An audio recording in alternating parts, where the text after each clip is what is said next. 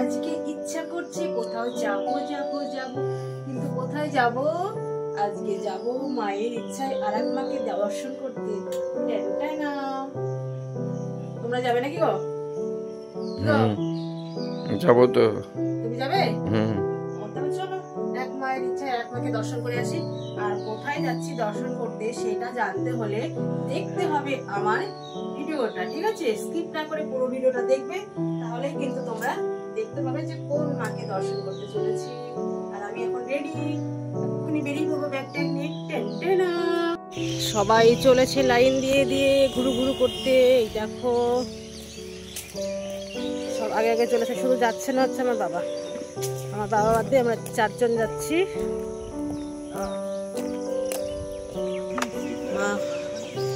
মা উঠছে আর এই গাড়িতে করে আমরা এখন যাবো ঘুরু ঘুরু করতে।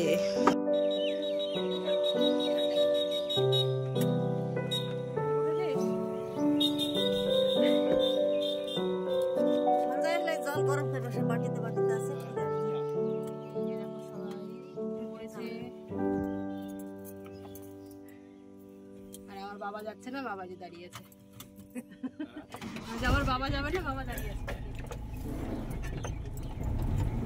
চলো যাই একটু ঘুরে আসি এক মায়ের টানে, মানে এক মায়ের ইচ্ছায় আর এক মাকে দর্শন। এই যে একটা দিকে তাকাও, এই যে আরেকজন, এই যে সামনে বসে আছে আরেকজন।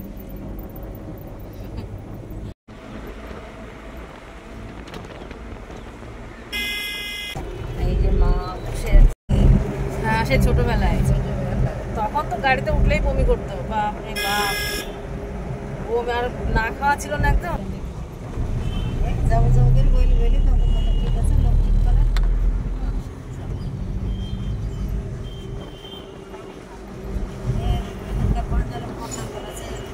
আমরা এখন চলে এসেছি বহরমপুর গঙ্গায়, আর বহরমপুর গঙ্গায় স্নান করব, করে তারপরে যাব আমরা বিষ্ণুপুরের মায়ের বাড়িতে, ওখানে আমরা পুজো দেব। তার জন্যই আসা আর কি বহরমপুরে।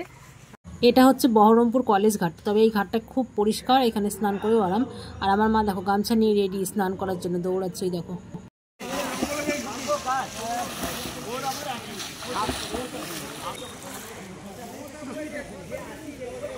বহরমপুরের গঙ্গায় দেখলাম জলের স্রোতটা অনেকটাই কম, তো ইচ্ছে হলো একটু সাঁতার কাটার, তাই অনেকদিন পর আজকে একটু সাঁতার কাটছি।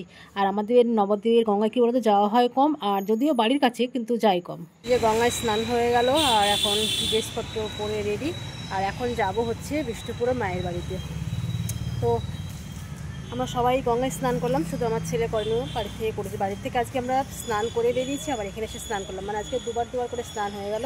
আর এখন চলো যাওয়া যাক বিষ্ণুপুরের মায়ের বাড়িতে, সেখানে গিয়ে মাকে একটু দর্শন করি, যাকে দেখার জন্য। এই বহরমপুরে এর আগেও এসেছি বেশ কয়েকবার, কিন্তু মায়ের কাছে আসা হয়নি, যে মায়ের কাছে আসার কথা আর কি, বিষ্ণুপুরের মা, সেই মায়ের কাছে আসা হয়নি। তো এই মায়ের টানে আজকেই আসা হলো আর কি।